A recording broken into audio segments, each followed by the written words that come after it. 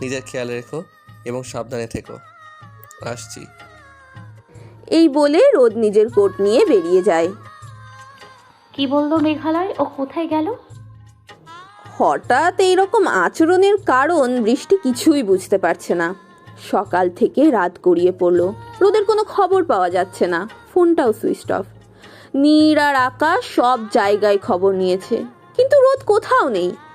কথা তো রীতিমতো কান্নাকাটি শুরু করে দিয়েছে, তারা বারবার তাকে সামলাচ্ছে। এদিকে বৃষ্টি নিজের সমস্ত লোক লাগিয়ে দিচ্ছে। বৃষ্টির প্রচণ্ড টেনশন হচ্ছে, বারবার রোদের বলা কথাটা কানে ভাসছে, যেদিন আমি থাকবো না সেদিন বুঝবে। নীর এসেছে শুনে বৃষ্টি তাড়াতাড়ি নিচে যায়। বাবা, ওনার কোনো খবর পাওয়া গেল?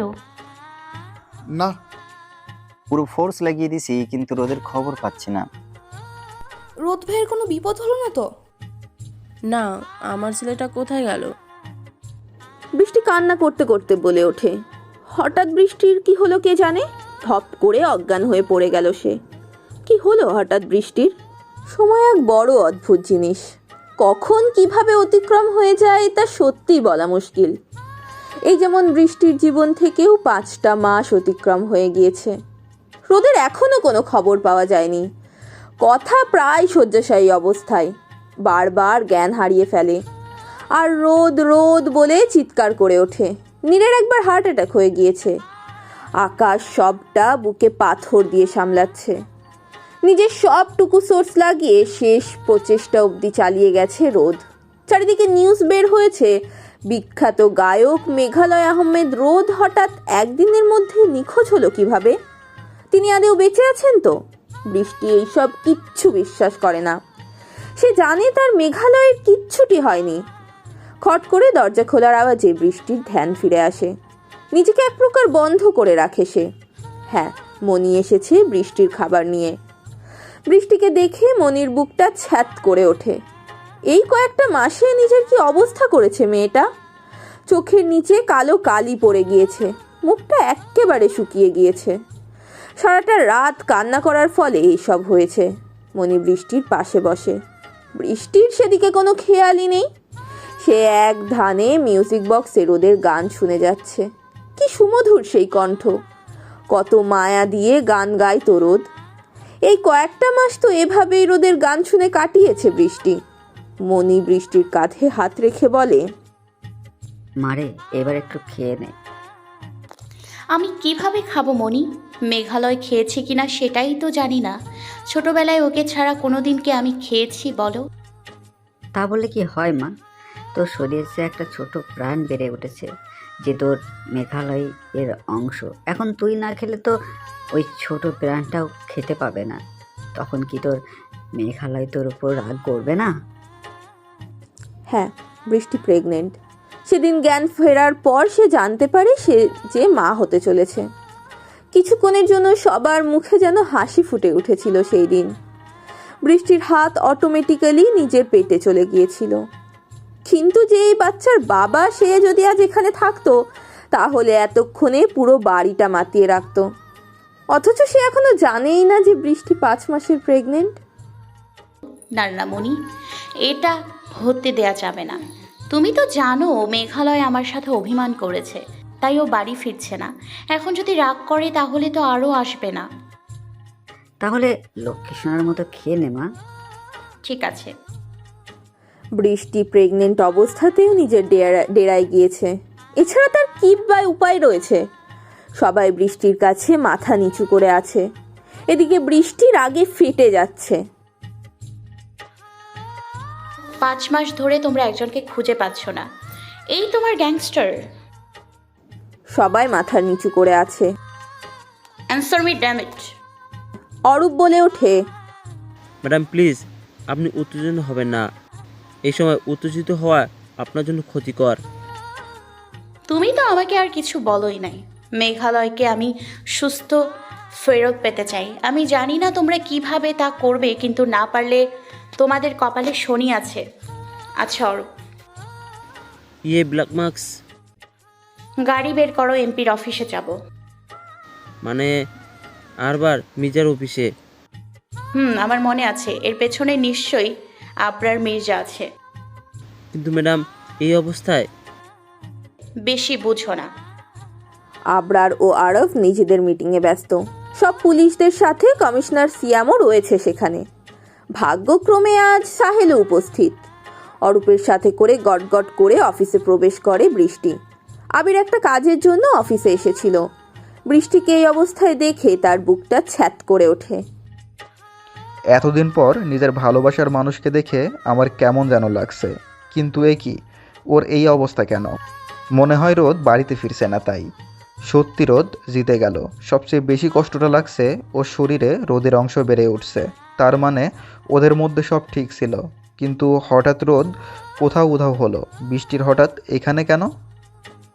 আবরার মির্জার কেবিনে যাচ্ছিলাম, একজনকে দেখে থমকে দাঁড়ালাম। আবির ভাইয়া, মির্জারা যতই খারাপ হোক, এই একজন ব্যক্তি আবির ভাইয়ার তো কোনো দোষ নেই। ও তো আমার বেস্ট ফ্রেন্ড ছিল। ইচ্ছা করছে আবির ভাইয়াকে গিয়ে বলি, আবির ভাইয়া আমি তোমার রোদেলা। কিন্তু না, এখন আমার পরিচয় দিলে চলবে না। আবিরকে দেখে বৃষ্টি এড়িয়ে চলে যায়। এখন কি আমাকে বন্ধুও মনে করো না রোদেলা, এইভাবে এড়িয়ে গেলে? Meeting room. দেখুন, আমাদের সবার আগে এলাকার মানুষের সকল দুঃখে পাশে থাকতে হবে। তখনই কেউ প্রবেশ করে। মিস্টার আবরার মির্জা, আপনার নাটক শেষ? সবাই কণ্ঠস্বরটা শুনে পেছনে তাকায়। বৌমা তুমি? জি, আমি মেঘালয় আহমেদ রোদের স্ত্রী। ক্লিয়ার? তুমি এখন এই অবস্থায় কেন? দেখছো না আমরা মিটিং করছি? সেইটা বন্ধ করতে হবে, কেননা আমি আবরার মির্জার সাথে কথা বলতে চাই। আরব কিছু বলবে তার আগেই আবরার বলে ওঠে, আপনারা এখন আসতে পারেন। সবাই আবরারের কথা শুনে চলে যায়। তো মিসেস রোদ, সরি, আমার সৎ ভাইয়ের মেয়েও বটে। আবরারের কথা শুনে বৃষ্টি ভ্রু কুচকায়। আবরার বাঁকা হেসে বলে, কি ভাবছো?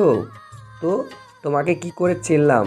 তোমার প্রতিটি শিরায় উপশিরায় আমাদের মির্জাদের রক্ত বইছি। আমি তোমার কাকা হই, যতই সৎ কাকা হই তাও একটা টান তো থাকে। আবরারের কথা শুনে বৃষ্টি ঘর কাঁপিয়ে হেসে ওঠে। যাকে আপনারা এতদিন মৃত বলে মনে করেছেন। ভালোই ভালোই বলে দিন, মেঘালয় কোথায়? এইটা ঠিক, রোদকে আমি মারতে চেয়েছিলাম, কিন্তু এইবার আমি কিছুই জানি না। আপনি কি ভেবেছেন এইভাবে আপনি পার পেয়ে যাবেন? তোমার বাবা আমার কিছু করতে পারলো না, তুমি কি করবে? কি করতে পারি সেইটা দেখিয়ে দিব। এই বলে বৃষ্টি চলে যায়। একেও তাড়াতাড়ি রাস্তা থেকে সরাতে হবে, তাও আজকে। রাতে বৃষ্টির মনে হচ্ছে কেউ তার পেটে গভীর চুম্বন করছে। বৃষ্টি চোখ খুলে দেখে রোদ। রোদকে দেখে বৃষ্টি কিরকম রিয়্যাক্ট করবে তা বুঝতে পারছে না। আমাদের সন্তানের খেয়াল রেখো রোদেলা, ও এখন তোমার দায়িত্ব। বৃষ্টি ধপ করে উঠে বসে, কিন্তু কাউকে দেখতে পায় না। এটা কি হলো? মেঘালয় ছিল কোথায় ও? তার মানে এইটা একটা স্বপ্ন ছিল। তখনই বৃষ্টির ফোনে কল আসে। হ্যালো, কে? ব্ল্যাক মার্কস নিজের স্বামীকে জীবন্ত দেখতে চাও? আমাদের ঠিকানায় চলে আসো। বৃষ্টি আর কিচ্ছু শুনতে পায় না। বৃষ্টি কাউকে না বলেই বাড়ি থেকে নিজের গাড়ি নিয়ে বেরিয়ে যায়। সে এখন কিছু ভাবতে পারছে না। আচ্ছা, মেঘালয়ের কিছু হয়নি তো? না না, এটা হতে পারে না। এদিকে বৃষ্টি 5 মাসের প্রেগনেন্ট অবস্থায় পেটটা খানিকটা ফুলে গিয়েছে। এই অবস্থায় এত রাতে ড্রাইভ করা সত্যি অনেক রিস্কি এবং কষ্টকর। কিন্তু বৃষ্টি এসব কিচ্ছু ভাবতে পারছে না। মে মাস চলায় চারিদিকে বাতাস বইছে, যে কোনো সময় বৃষ্টি নামতে পারে। হঠাৎ একটা গাড়ি আসায় বৃষ্টি জোরে ব্রেক কষে। হঠাৎ বৃষ্টি অনুভব করে তার তলপেটে অসহ্য ব্যথা হচ্ছে। উফ, কি কষ্ট। আচ্ছা, বেবি ঠিক আছে তো? রোদ তো আমাকে বলেছিল বেবির খেয়াল রাখতে, আমাকে দায়িত্ব দিয়েছিল। আমি কি সেই দায়িত্ব রাখতে পারবো না? আল্লাহ গো, আমি এই ব্যথা সহ্য করতে পারছি না। বৃষ্টি হঠাৎ খেয়াল করে তার হাতে রক্ত। রক্ত কোথা থেকে আসলো? তার বেবি ঠিক আছে তো? এদিকে বৃষ্টি অসহ্য ব্যথায় জর্জরিত হয়ে যাচ্ছে। না, এইভাবে হারলে হবে না। মনে রাখতে হবে আমি একজন গ্যাংস্টার, আমি এইভাবে হারতে পারি না। আল্লাহ গো, তুমি সহায় হও। না, তেমন কিছু হয়নি। বৃষ্টির বেবি জাস্ট একটু কিক করেছিল, আর গাড়ি স্টিয়ারিং এর সাথে লেগে বৃষ্টির হাতটা কেটে গেছে। বৃষ্টি জোরে ড্রাইভ করা শুরু করলো, তখন কিছু গাড়ি বৃষ্টির গাড়ি আটকালো। বৃষ্টি বাঁকা হেসে গাড়ি থেকে বের হলো। হ্যাঁ, আবরার এসেছে, আরাব, শ্যাম ও সাহেলও এসেছে, আর তাদের সাথে বেশ কিছু গার্ডসও এসেছে। এসেই গড়ওয়ালি মরতে। আমার সত্যি খারাপ লাগছে, আমার ভাইপোর শেষ চিহ্ন, বাচ্চাটাও চলে গেল।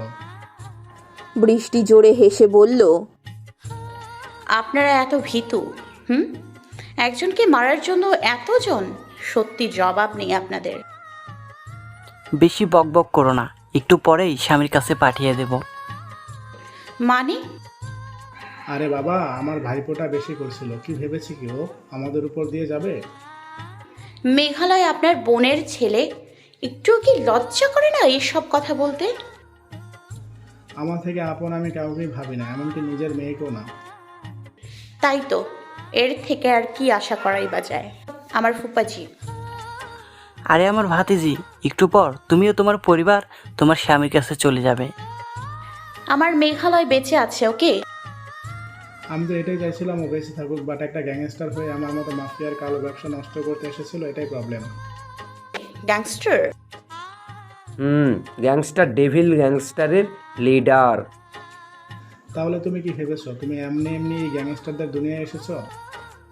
আমাকে তো মনি টাকা দিয়ে হেল্প করতো। কি ভাবছো? রদি হলো সব নাটের গুরু। রদি একজন প্রফেশনাল গ্যাংস্টার, আর তোমাকেও গ্যাংস্টার হতে রদি সাহায্য করেছে আড়াল থেকে। না হলে বলো, আমরা কি ওকে কম মারতে চেয়েছি? কিন্তু পারিনি। এতদিন স্মৃতিশক্তি যাওয়ার নাটক করছিল।